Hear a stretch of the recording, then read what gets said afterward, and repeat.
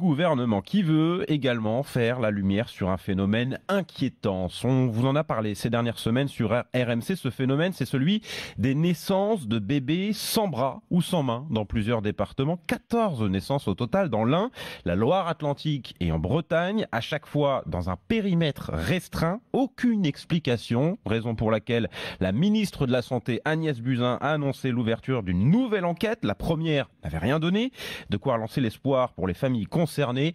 Margot Bédé a joint l'une d'entre elles pour RMC.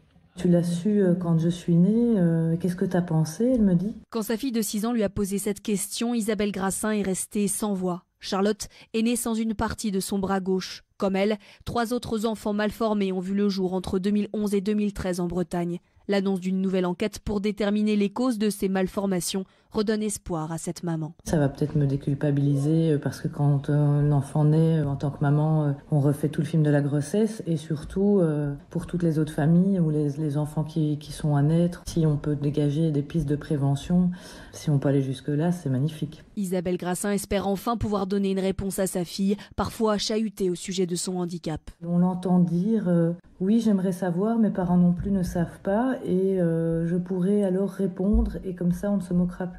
Selon la ministre de la Santé, entre 80 et 100 enfants naissent chaque année en France avec des malformations de membres.